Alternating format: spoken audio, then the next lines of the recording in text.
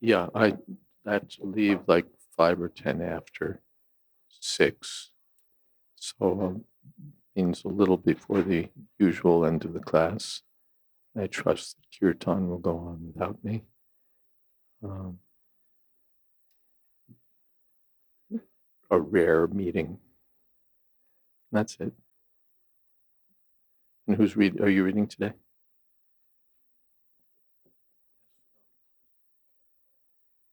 You're on.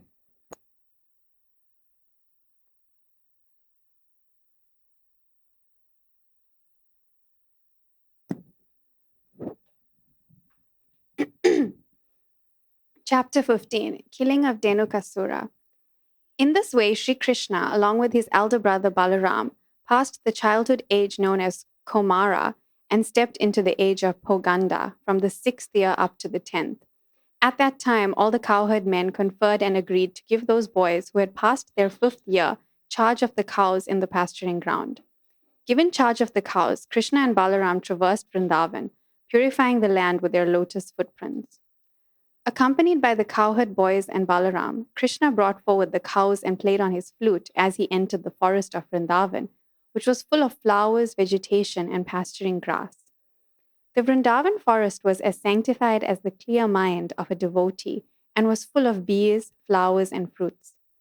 There were chirping birds and clear water lakes, with waters that could relieve one of all fatigue. Sweet smelling breezes blew always, refreshing the mind and body. Krishna, with his friends and Balaram, entered the forest and, seeing the favorable situation, desired to enjoy the atmosphere to the fullest extent. Krishna saw all the trees, overloaded with fruits and fresh twigs, bending down to touch the ground as if welcoming him by touching his lotus feet. He was very much pleased by the behavior of the trees, fruits, and flowers, and he began to smile, realizing their desires. Krishna then spoke to his elder brother Balaram as follows: My dear brother, you are superior to all of us, and your lotus feet are worshipped by the demigods. Just see how these trees, full with fruits and flowers, have bent down to worship your lotus feet.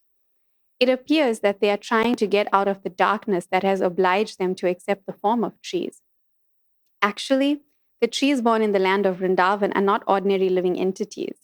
Having held the impersonal point of view in their past lives, they have been put into the stationary condition of life, but now they have the opportunity of seeing you in Vrindavan, and they are praying for further advancement in spiritual life through your personal association. Generally, living entities in the mode of darkness obtain the bodies of trees. The impersonalist philosophers are in that darkness, but they eradicate it by taking full advantage of your presence. I think the drones that are buzzing all around you must have been your devotees in their past lives. They cannot leave your company because no one can be a better, more affectionate master than you. You are the supreme and original personality of Godhead, and the drones are just trying to spread your glories by chanting at every moment. I think some of them must be great sages, devotees of your lordship, and they are disguising themselves in the form of drones because they are unable to give up your company even for a moment. My dear brother, you are the supreme worshipable Godhead. Just see how the peacocks are dancing before you in great ecstasy. The deer, whose behavior is just like that of the gopis, are welcoming you with the same affection. And the cuckoos, who are residing in this forest, are welcoming you with their joyful, sweet cries because they consider that your appearance in their home is so auspicious. Even though they are trees and animals, these residents of Vrindavan are glorifying you. They are prepared to welcome you to the best of their ability, as is the practice of great souls in receiving another great soul at home. As for the land, it is so pious and fortunate because the footprints of your lotus feet are marking its body. It is quite natural for these Vrindavan inhabitants to thus receive a great personality like you. The herbs, creepers, and plants are also so fortunate to touch your lotus feet. And by your touching the twigs with your fingernails, these small plants are also made glorious. As for the hills and the rivers, they too are now glorious because you are glancing at them. Above all, the damsels of Raja, the gopis, are the most glorious because you embrace them with your strong arms, being attracted by their beauty. In this way, Lord Krishna and Balaram began to enter the residence of Vrindavan began to enjoy the residents of Vrindavan to their full satisfaction as they herded the calves and cows on the bank of the Yamuna. In some places, Krishna and Balaram were accompanied by their friends. The boys were singing, imitating the humming sound of the drones and accompanying Krishna and Balaram, who were garlanded with forest flowers. While walking, the boys sometimes imitated the quacking sound of the swans in the lakes, or when they saw the peacocks dancing, they imitated them before Krishna. Krishna also moved his neck, imitating the dancing and making his friends laugh. The cows taken care of by Krishna had different names, and Krishna would call them with love. After hearing Krishna calling, the cows would immediately respond by mooing, and the boys would enjoy this exchange to their heart's content. They would all imitate the sound vibrations made by the different kinds of birds, especially the chakoras, peacocks, cuckoos, and bharadvajas. Sometimes, when they would see the weaker animals fleeing out of fear of the sounds of tigers and lions, the boys, along with Krishna and Balaram, would imitate the animals and run away with them.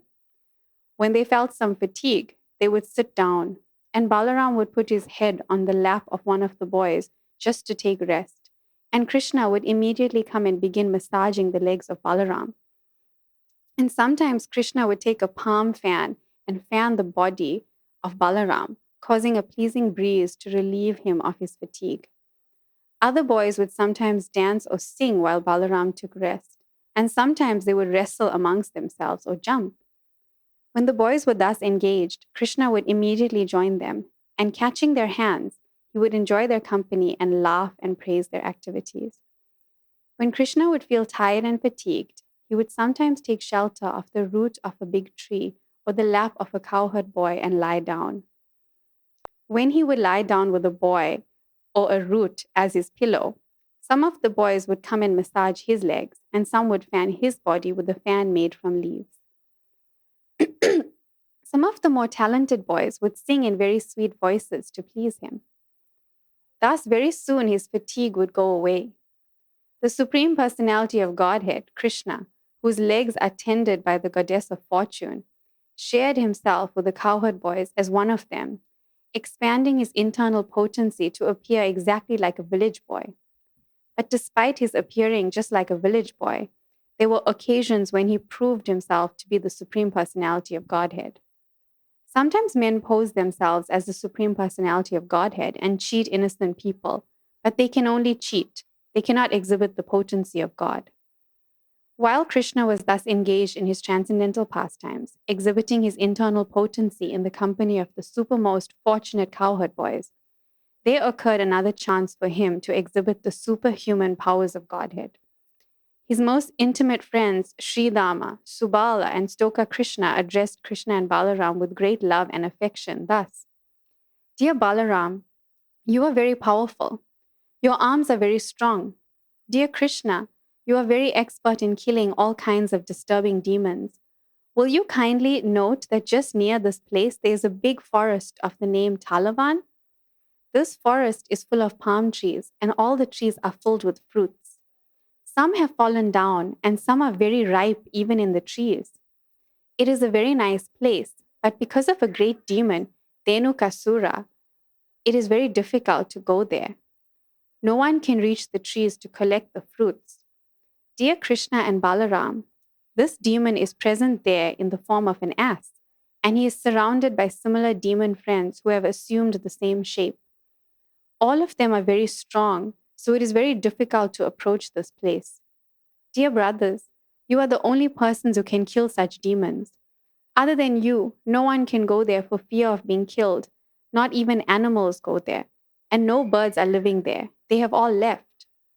One can only appreciate the sweet aroma that is coming from that place.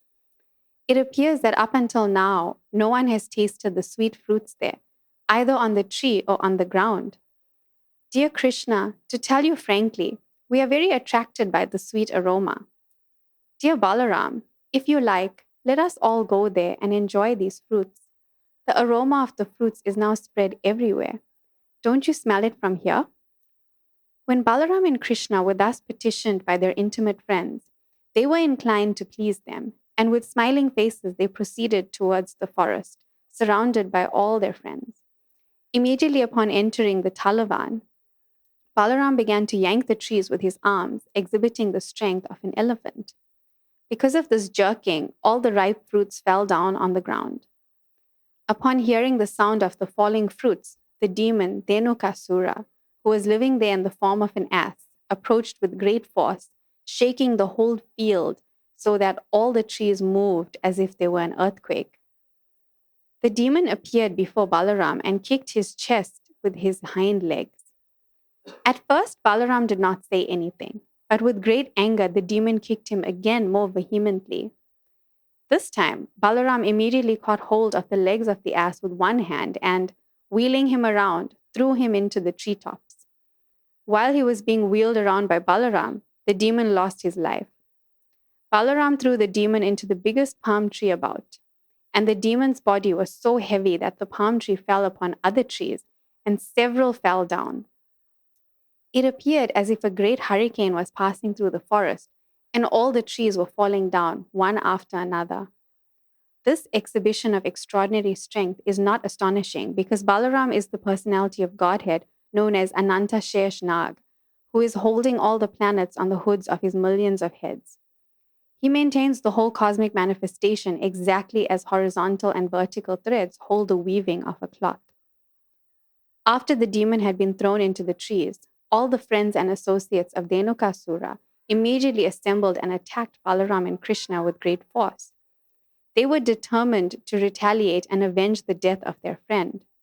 But Krishna and Balaram caught each of the asses by the hind legs and, exactly in the same way, wheeled them around. Thus they killed all of them and threw them into the palm trees. Because of the dead bodies of the asses, there was a panoramic scene. It appeared as if clouds of various colors were assembled in the trees. Hearing of this great incident, the demigods from the higher planets showered flowers on Krishna and Balaram and beat their drums and offered devotional prayers. A few days after the killing of Dhenukasura, people began to come into the Talavan forest to collect the fruits, and animals began to return without fear to feed on the nice grasses growing there. Just by chanting or hearing these transcendental activities and pastimes of the brothers Krishna and Balaram, one can amass pious activities. When Krishna and Balaram entered the village of Vrindavan along with their friends, they played their flutes, and the boys praised their uncommon activities in the forest. Their faces were decorated with tilak and smeared with the dust raised by the cows, and Krishna's head was decorated with a peacock feather. Both he and Balaram played their flutes, and the young gopis were joyous to see Krishna returning home. All the gopis in Vrindavan remained very morose on account of Krishna's absence. All day they were thinking of Krishna in the forest or of him herding cows in the pasture. When they saw Krishna returning, all their anxieties were immediately relieved, and they began to look at his face the way drones hover over the honey of the lotus flower. When Krishna entered the village, the young gopis smiled and laughed. Krishna, while playing the flute, enjoyed the beautiful smiling faces of the gopis. Then Krishna and Balaram were immediately received by their affectionate mothers, Yashoda and Rohini, who, according to the time's demands, began to fulfill the desires of their affectionate sons. Simultaneously, the mothers rendered service and bestowed benediction upon their transcendental sons. They took care of their children by bathing them and dressing them very nicely. Krishna was dressed in yellowish garments, and Balaram was dressed in bluish garments, and they were given all sorts of ornaments and flower garlands. Being relieved of the fatigue of their day's work in the pasturing ground, they looked refreshed and very beautiful. They were given palatable dishes by their mothers, and they pleasantly ate everything. After eating, they were seated nicely on clean bedding, and the mothers began to sing various songs of their activities. As soon as they lay down on the bedding, they very quickly fell fast asleep. In this way, Krishna and Balaram used to enjoy Vrindavan life as cowherd boys. Sometimes Krishna used to go with his boyfriends and Balaram, and sometimes used to go alone with his friends to the bank of the Yamuna and tend the cows. Gradually, the summer season arrived, and one day, while in the field, the boys and cows became very thirsty and began to drink the water of the Yamuna. The river, however, had been made poisonous by the venom of the great serpent known as Kaliya. Because the water was so poisonous, the boys and cows became visibly affected immediately after drinking. They suddenly fell down on the ground, apparently dead. Then Krishna, who is the life of all that lives, simply cast his merciful glance over them, and all the boys and cows regained consciousness and began to look at one another with great astonishment. They could understand that by drinking the water of the Yamuna, they had died and that the merciful glance of Krishna had restored their lives. Thus, they appreciated the mystic power of Krishna, who is known as Yogeshvara, the master of all mystic yogis. Thus ends the Bhaktivedanta purport of the 15th chapter of Krishna, the killing of Dhenukasura.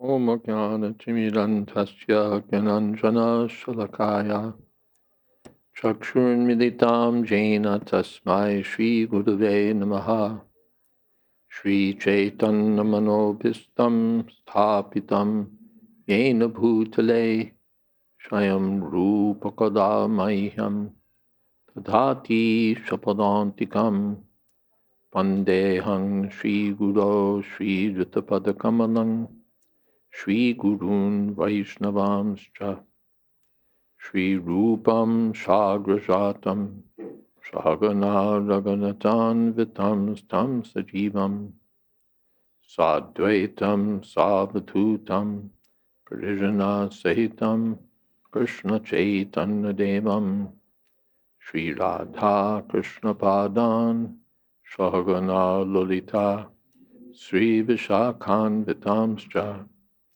He Krishna Karuna Sindho Dina Bandho Jagatpate Gopesha Gopika Kanta Radha Kanta Namostute Tapta Kamshana Gaurangi Radhe Vrindavaneshwari Vrishabhanu Sute Devi Pranamami Hori Priye Vancha Kolpatarubhyascha Kripa Sindho Bhyevacha Patitanam Pavanebhyo Vaishnavebhyo Namo Namaha Shri Krishna Chaitanya Prabhu Nityananda Shri Advaita Gadadhar Shivasari Gaur Bhaktavinda Hare Krishna Krishna Krishna Hare Hare Hare Rama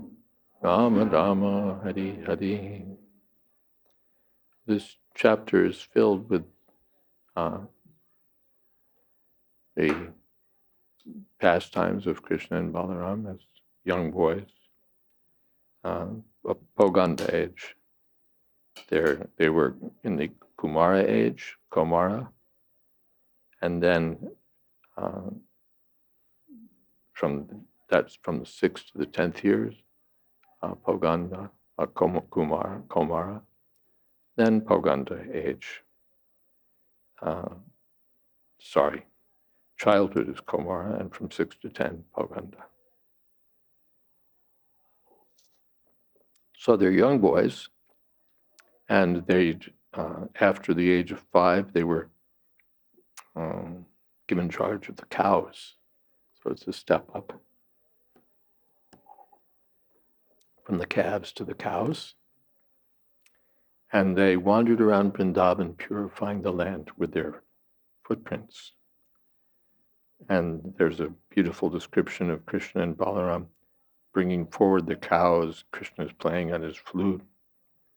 And the Vrindavan forest is as clear and sanctified as the mind of a devotee.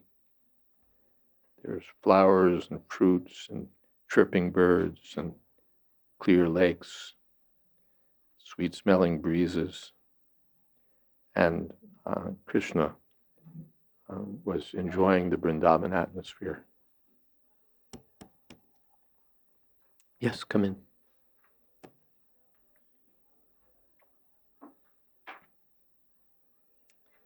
And the trees were bending down with their fruits as if to touch his lotus feet. And Krishna begins glorifying Balaram. Here in Vrindavan, the day after Srila Prabhupada installed Krishna and Balaram, Srila Prabhupada was in a very happy mood. On his morning walk, he was walking down what was then Chatikar Road, Jayadvaita Swami Road. And he was telling this incident. He said that Krishna was flattering Balaram. My dear brother, all of these trees are great sages. They're reaching down to touch your lotus feet. And these bees are all buzzing around and glorifying you, and so on. And so Krishna's flattering, Prabhupada said, Balaram. Then Prabhupada said, I installed Krishna Balaram in this temple to show that there's no difference between Gaur Nitai and Krishna Balaram. He said, so if you're ever in difficulty, he said, you can go before Gaur Nitai and Krishna Balaram and say, sir, this is the problem. And they will do the needful.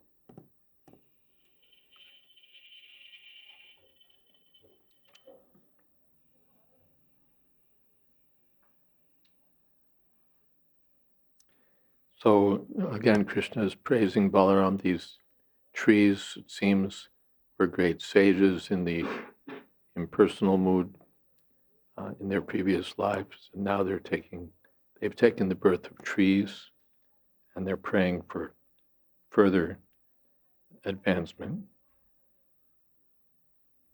The impersonalists are in darkness, like trees, but by the mercy of Krishna, they may make further progress. So indirectly, Krishna is glorifying himself, because there's no difference between Krishna and Balaram. So by glorifying Balaram, Krishna is glorifying his own qualities and activities. But he's glorifying Balaram.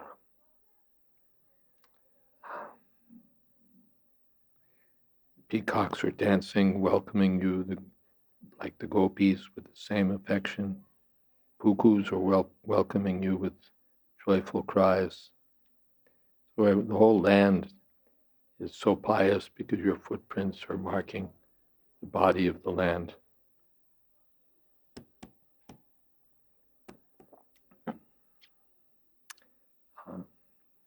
So in this way, Krishna is glorifying even the inanimate objects of Vrindavan. We find this in many places.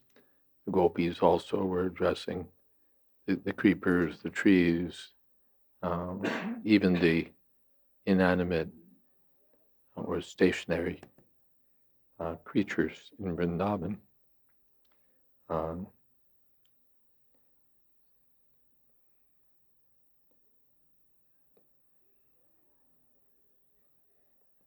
In Vrindavan, everyone is glorious. So Krishna and Balaram are enjoying Vrindavan to their full satisfaction in the company of their cowherd friends.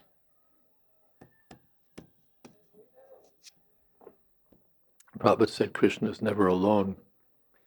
Therefore he always disapproved if there was any painting that was done just Krishna. No, that Krishna alone is impersonal. There had to be some devotees in the picture. Otherwise, there's no exchange that's impersonal. Sometimes you see a picture of Krishna or Radha and Krishna in an Omkar in the sky. Prabhupada completely disapproved. But there should be Krishna with his devotees. So Krishna and Balaram were accompanied by their friends. The friends are all great devotees. We heard in previously, Krita Punya Punja, after accumulating heaps of pious activities, they were so fortunate as to be able to play as Krishna's personal friends. And they're enjoying childhood sports. They're imitating the animals. Krishna's moving his neck and imitating the peacocks. And the boys are imitating the animals afraid of the lions and tigers. So Krishna is calling the cows in love by their own names. And the cows respond by going moo. And then the boys would enjoy these exchanges between Krishna and the cows.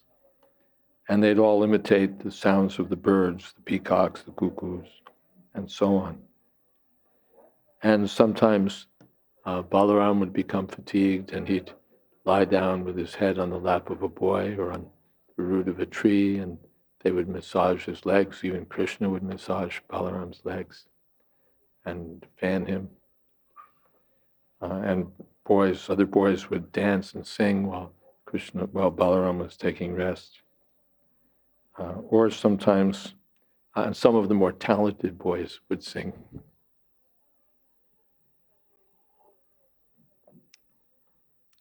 And sometimes Krishna would lie down the same way, and the boys would massage Krishna's legs and fan Krishna. And he was there with his most intimate friends, Sridham, Subal, Stoka Krishna. These are names of principal cowherd boyfriends of Krishna. And one day they approached Krishna and they said that you're very expert in killing demons. And nearby there's a place, Talavan, full of trees with sweet fruits that nobody can get at because they're guarded by these demons in the shape of asses. The tall fruit is a kind of palm, maybe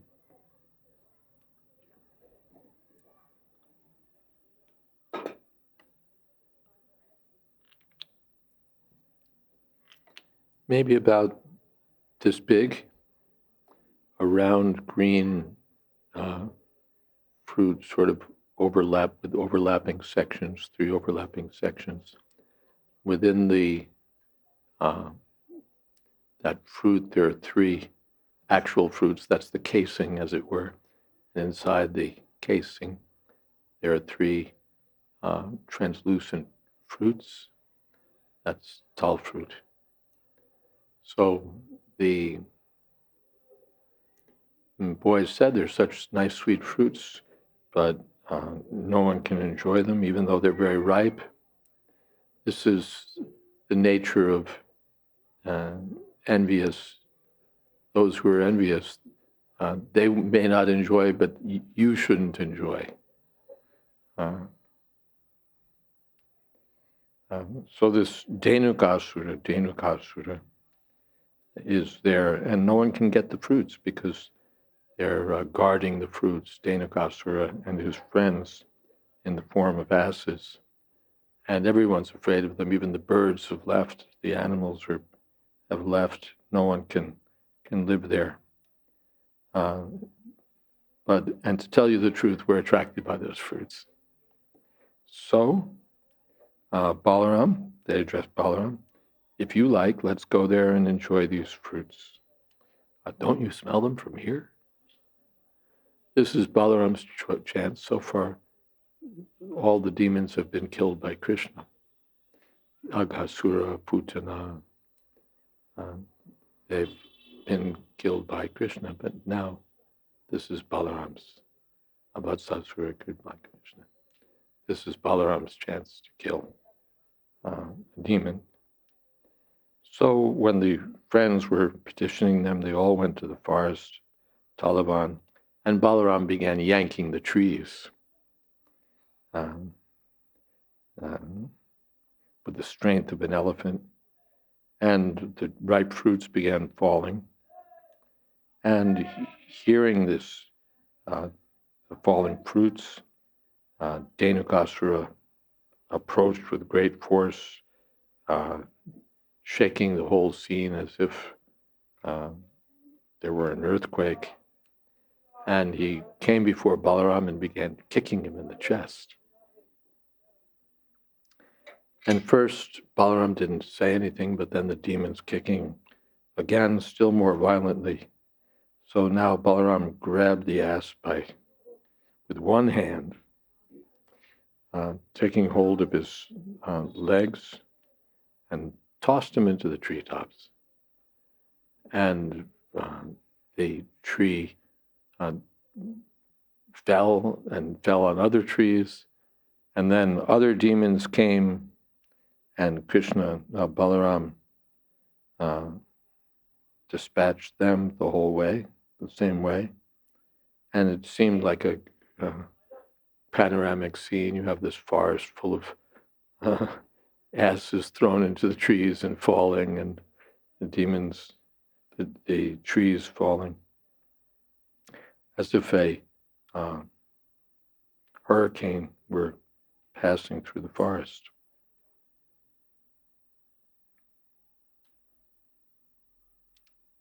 So Krishna and Balaram both were throwing these demons into the trees. And it seemed like there were clouds of different colors assembling in the trees. All these demons. And the demigods, as usual, showered flowers and well done, well done. And now people came into the forest again to collect the fruits. The animals returned to feed on the nice grasses. And Sukadeva Goswami says, just by chanting or hearing these transcendental activities and pastimes of the brothers Krishna and Balaram, one can amass pious activities.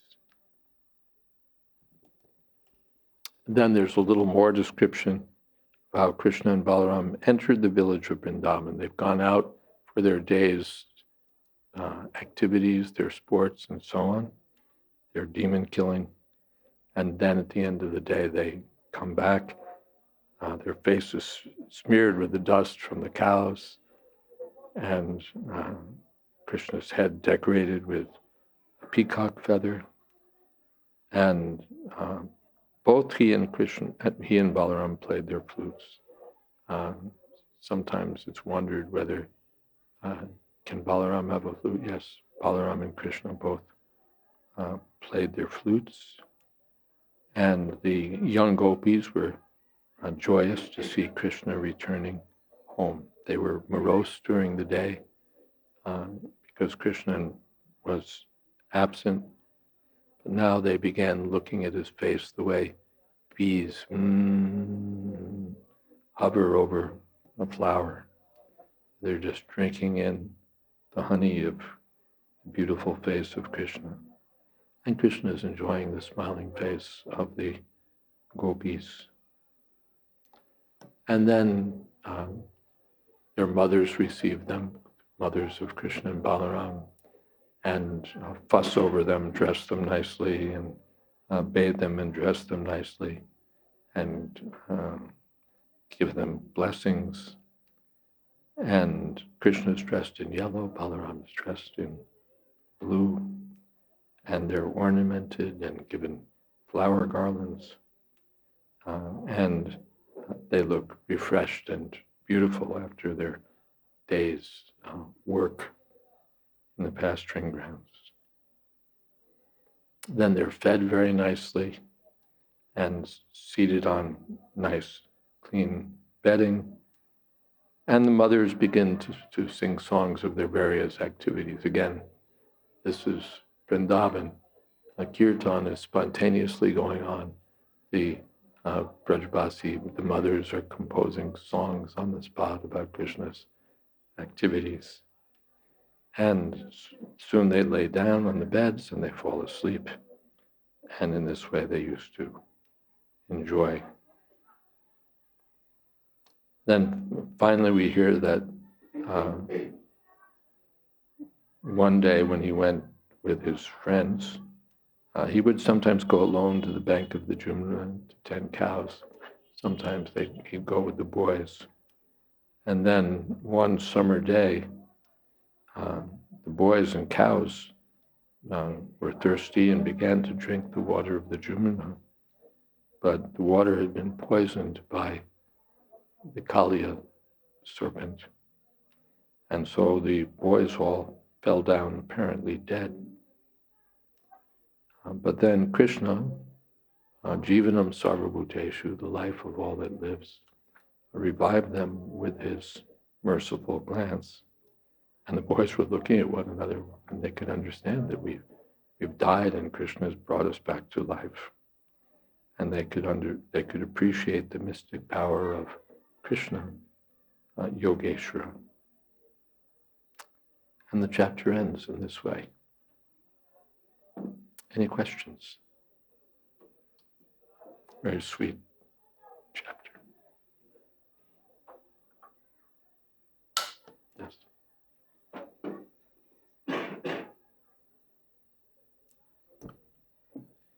Hare Krishna Maharaj, thank you so much for giving your wonderful association. My question is that the benediction which is given at the end of this chapter, that one will be constantly uplifted. And here you explained, and our acharyas have also explained that Dhenuka Sura represents the envious mentality. Dhenuka Sura.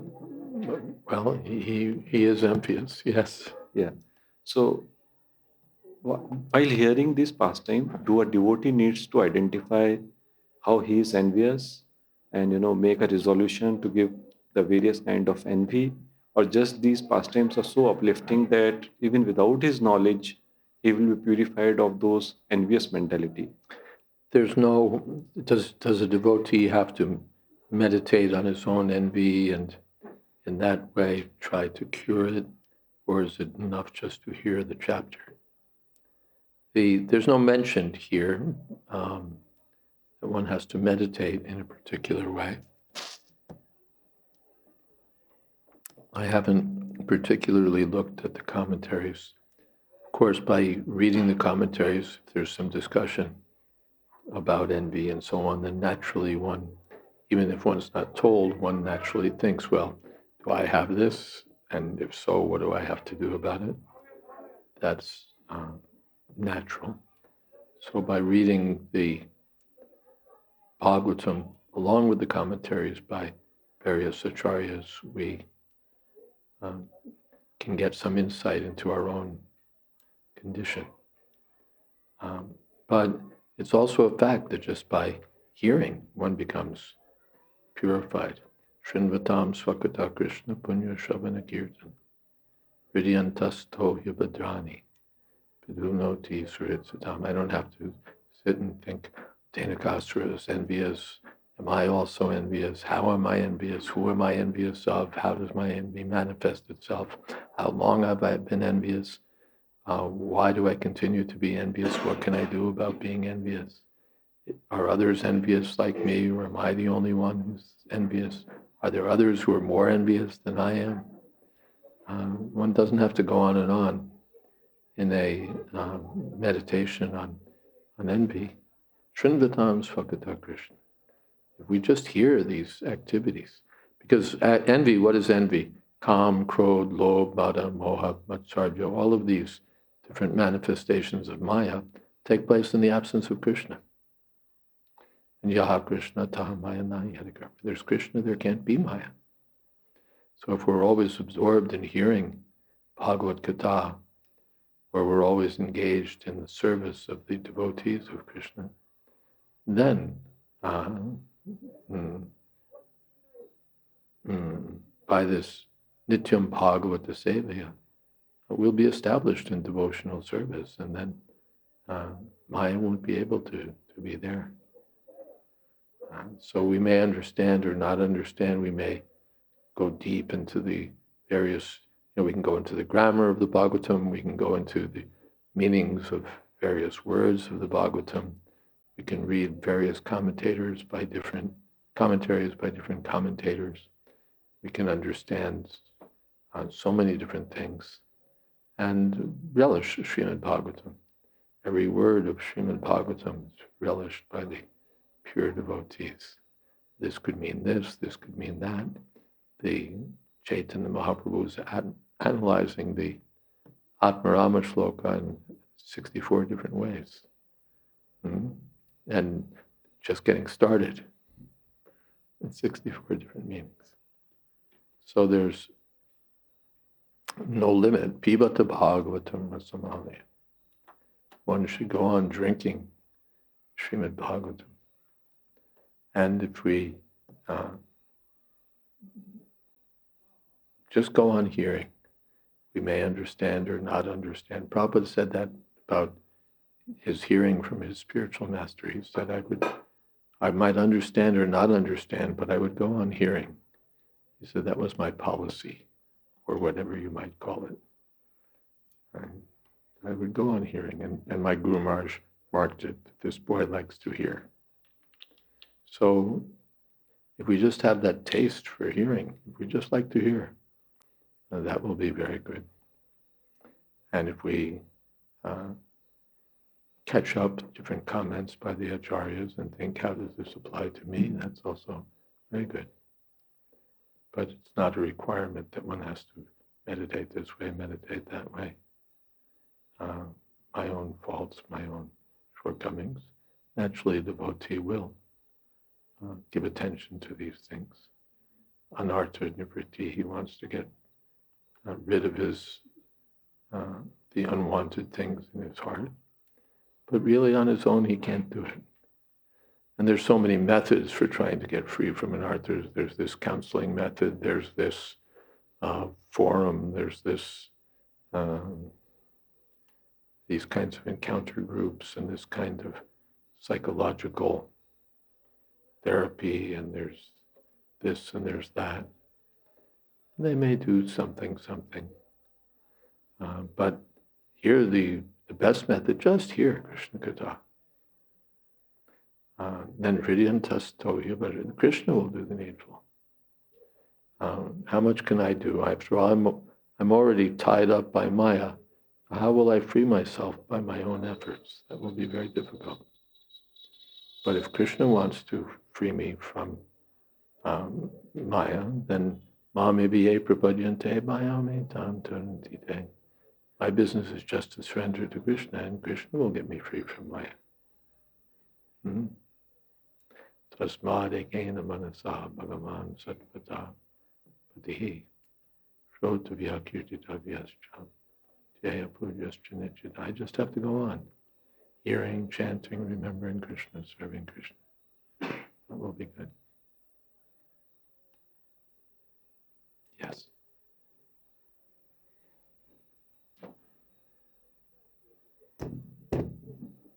Hare Krishna Maharaj. Hare Krishna. It seems like there are two of the main points in this chapter. Okay, somebody's ringing. No? Maybe outside. Okay. I was saying it seems like there are two of the main points in this chapter are glorification and how everything is an offering to Krishna. Like we see the trees, everything is an offering to Krishna. But at the same time, we see the other side of it, things like where somebody's trying to claim ownership of a particular part of land and say, this is not meant for you, it's meant for us. Isn't it like, the actual situation in the world where we see that some people, they take control of like certain parts of the land and they don't recognize that this is meant to be offered to God, but rather they speculate, they make money out of it. Yeah, what is that? Janasya moho yamaham mamiti. Magrida kashasvidhanam, tena chakdena.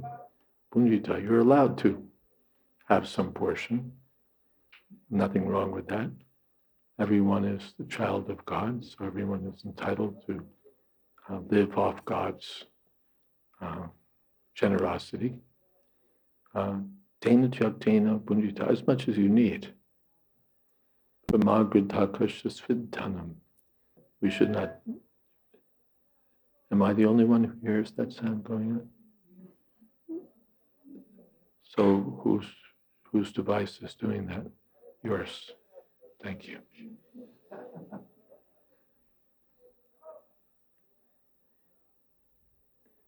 So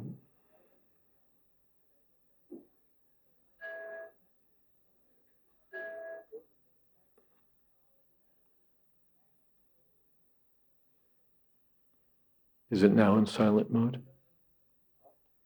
You smiled before, but it rang again. Is it now actually in silent mode? If it rings again, I take it for selling for preaching in Africa. Okay.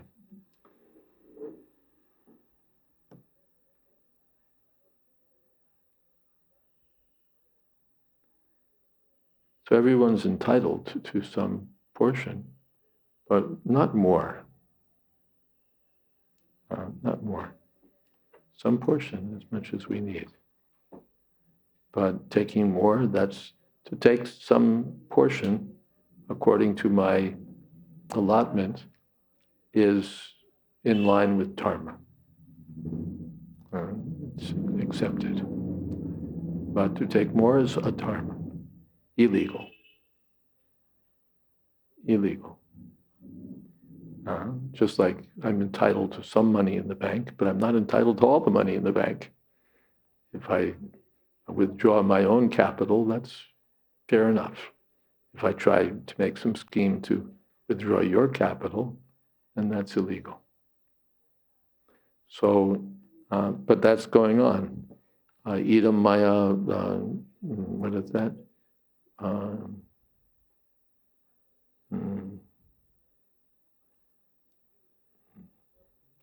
Labdham imam prapshe manoratam. Idam astidam api me bhavishyati panardana. What is the beginning? Okay.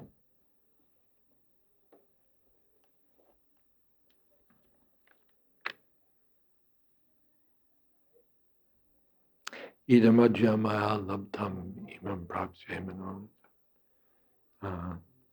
I've got this much now. According to my schemes, I'll get more. Bhavishyati punardhanam, my wealth will grow. Idam astidam api me bhavishyati maya hatam. Ato maya, let's get this. Aso maya hata shatru hanashe chaparhanapi. Ishro ham bhogi siddhoham balavan sukhi. Adhyo vichanavanasmi konyosti sadrisho maya. Yakshe dasyami modishya ityagana vimohita. This is the demonic mentality. I've killed my enemies, I'll kill more of my enemies. Whether it's, make a killing in the stock market or literally killing people, which they regularly do. They start their wars and they kill people just to profit. Aso maya hata shatrur hanishe chaparanapi. Ishroham, I'm in control. I'm the enjoyer. Aham bhogi, siddho ham balavan sukhi. I'm perfect, I'm powerful, I'm happy.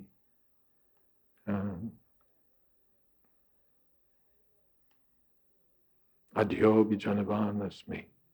I'm surrounded by aristocratic relatives and associates. Konyosti sadrisho maya. Who else is there like me? I'll give some charity. I'll, form a foundation, a charitable foundation. I'll give money. And in this way, I'll enjoy. Ityagana vimohita. In this way, they're completely bewildered by Maya. So, we're entitled to what Krishna gives us, but we're not entitled to monopolize everything for our own own sense gratification. Then we become sinful. And then we suffer. In the mode of passion, rajasasta tu palam dukam. We think we're enjoying, but actually we're creating suffering for ourselves. Ichikada vimohita. Yeah. Well, this is the world today.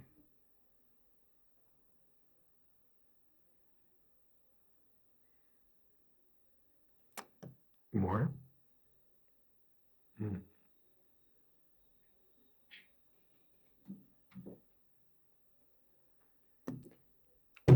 Yeah, Hare Krishna Maharaj. It is mentioned in Bhagavatam that all the demons that are killed by Krishna, so they merge into the Krishna. Like when Krishna. The ones that are killed by Krishna. Yep, yes. yeah, right. So basically, it is also mentioned in second canto, right? They merge into the Brahma Jyoti. So when the soul goes to the Brahma Jyoti, what happens after that? Nothing. So like.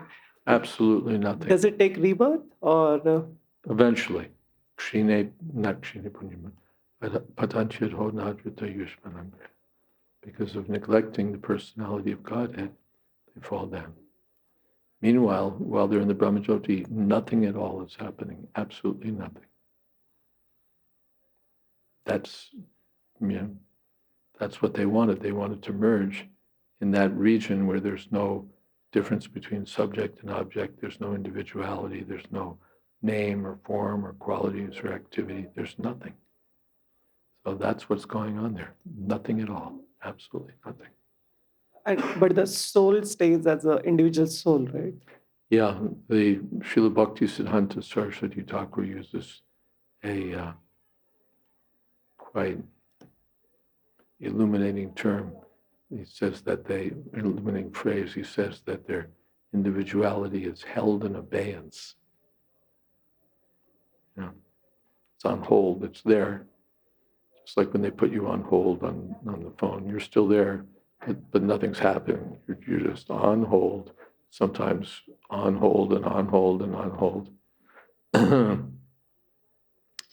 So you might as well be nobody because nothing's happening. So this is the situation of those merged in the impersonal Brahmajyoti. They're individuals, but artificially they're, by their own desire, their individuality is put on hold. They're afraid of individuality.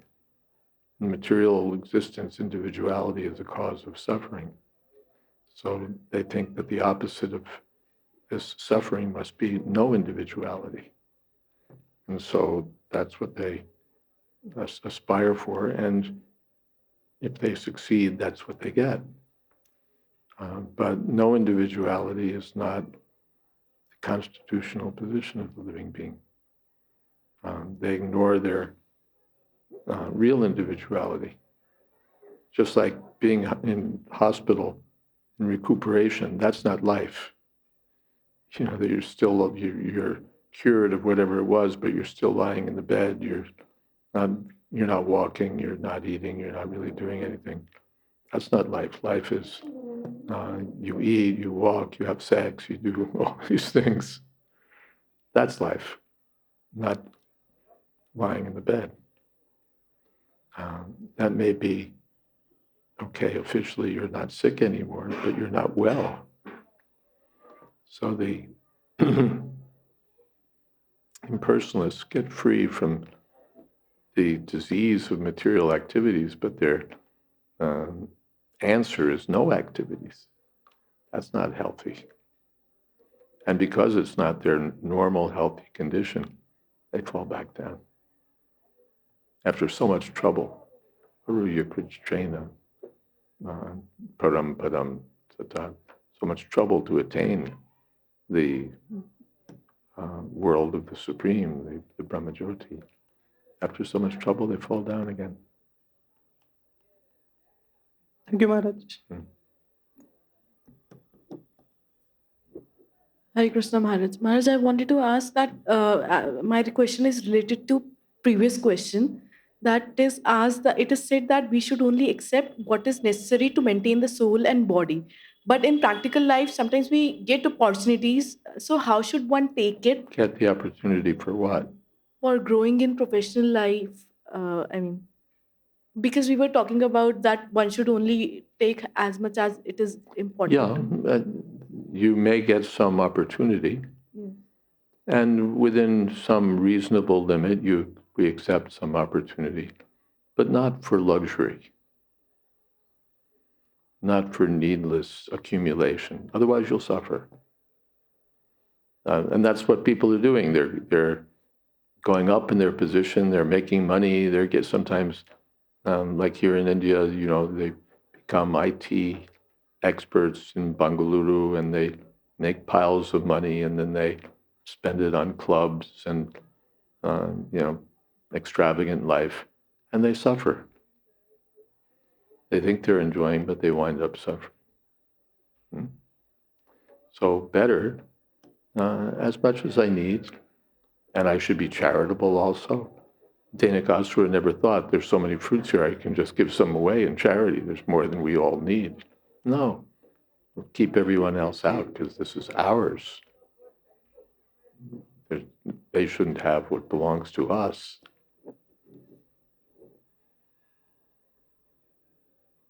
And Maharaj, my second part for this was only when you are getting these opportunities. Is it not a gift by Krishna only, or if you get like we were talking about? Sometimes it's a gift from Krishna, sometimes it's a gift from Maya. We think have we're, to gi- we think I got such an opportunity, it's Krishna's mercy. It may be Maya's arrangement. I get an opportunity to get entangled, to get involved in a more extravagant life or a life of greater anxiety. The expression is there's no such thing as a free lunch.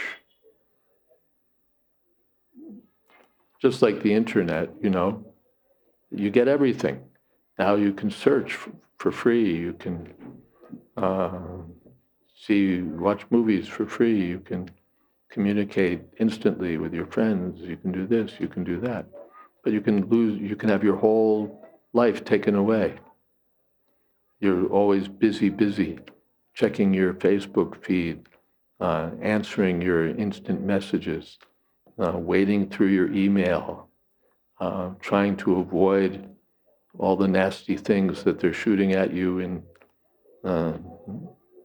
advertisements and so on, being bombarded with lies and half-truths on news sites and elsewhere, being entangled in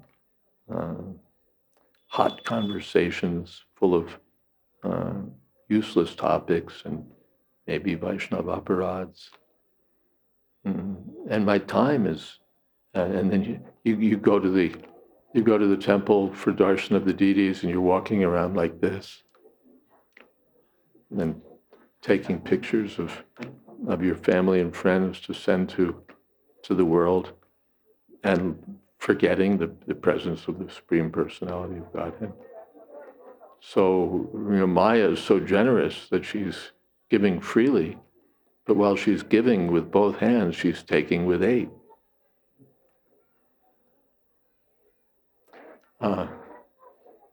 Not every opportunity is an opportunity. The fish sees the bait and thinks, what an opportunity. But it's the death of the fish. So Maya never offers you suffering and bondage. It's always an opportunity. And one has to be careful about opportunities. Yes.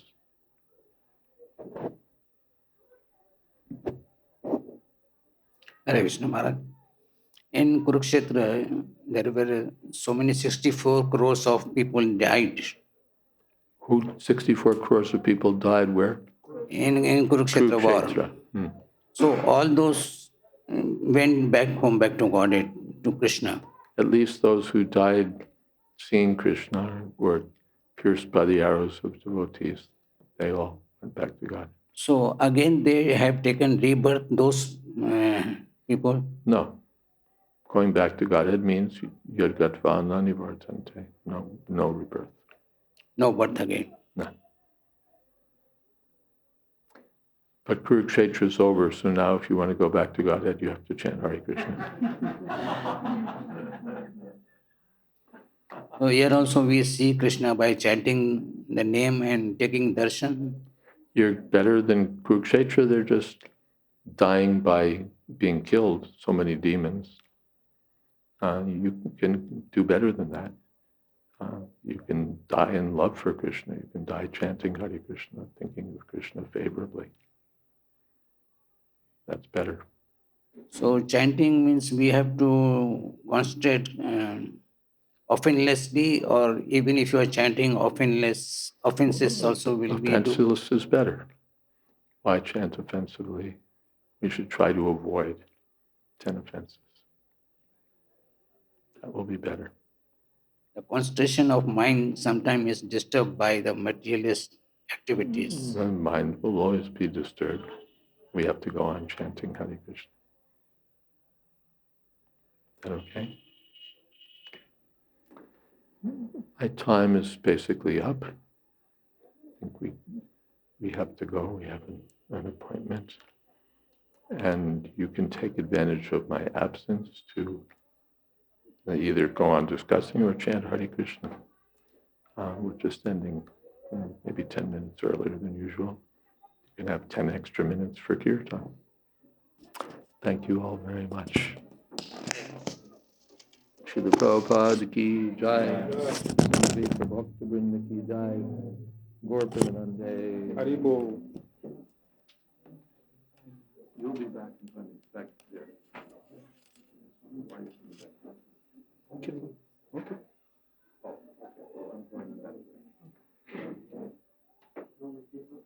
Okay. Kirtan or not? Kirtan, absolutely kirtan. Absolutely. Okay. Kirtaniya is there. Everything. I don't know. Who?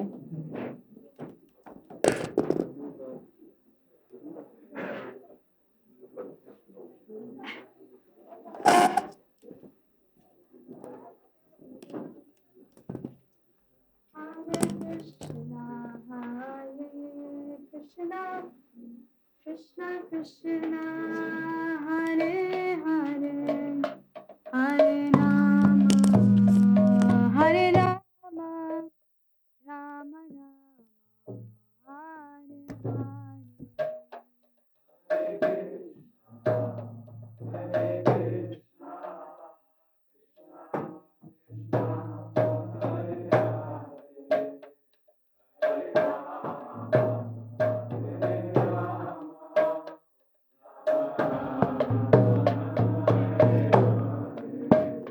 Hare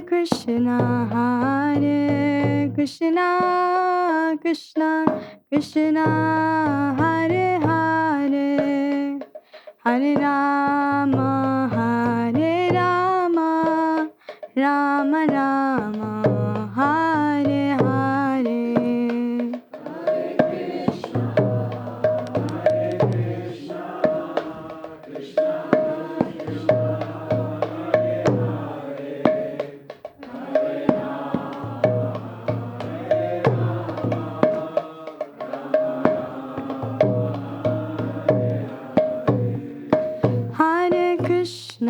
Hare Krishna, Krishna Krishna, Hare Hare, Hare Rama, Rama Rama, Hare Hare.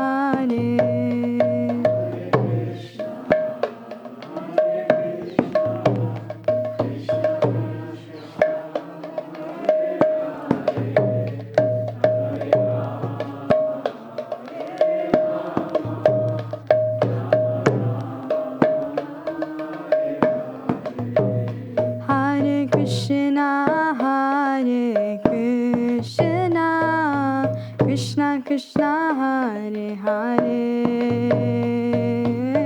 Hare Rama, Rama Rama, Hare Hare.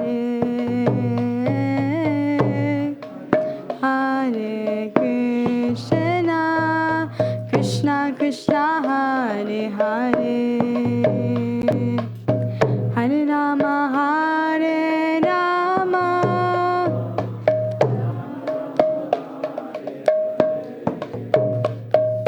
Hare Krishna Hare Krishna, Krishna Krishna Hare Hare, Hare Rama Hare Rama, Rama Rama Hare Hare, Hare Krishna Hare Krishna, Krishna Krishna Hare Hare, Hare Rama Hare Rama, Rama Rama Hare Hare, Hare Krishna Hare Krishna, Krishna Krishna Hare Hare, Hare Rama Hare Rama, Rama Rama Hare Hare,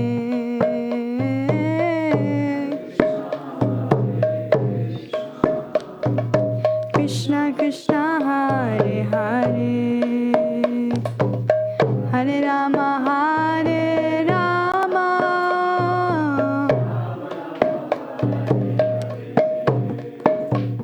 Hare Krishna Hare Krishna, Krishna Krishna Hare Hare,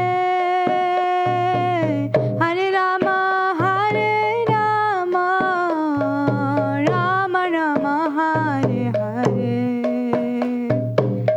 Hare Krishna Hare Krishna,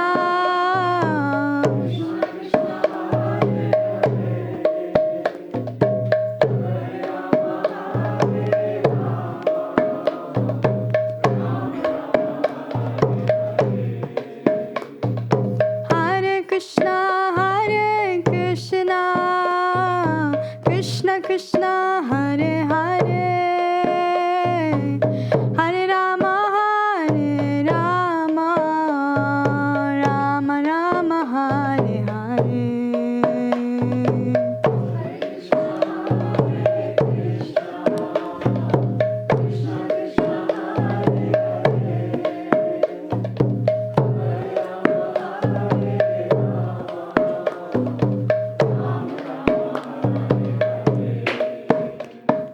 Hare Krishna Hare Krishna, Krishna Krishna Hare Hare, Hare Rama Hare Rama, Rama Rama Hare Hare,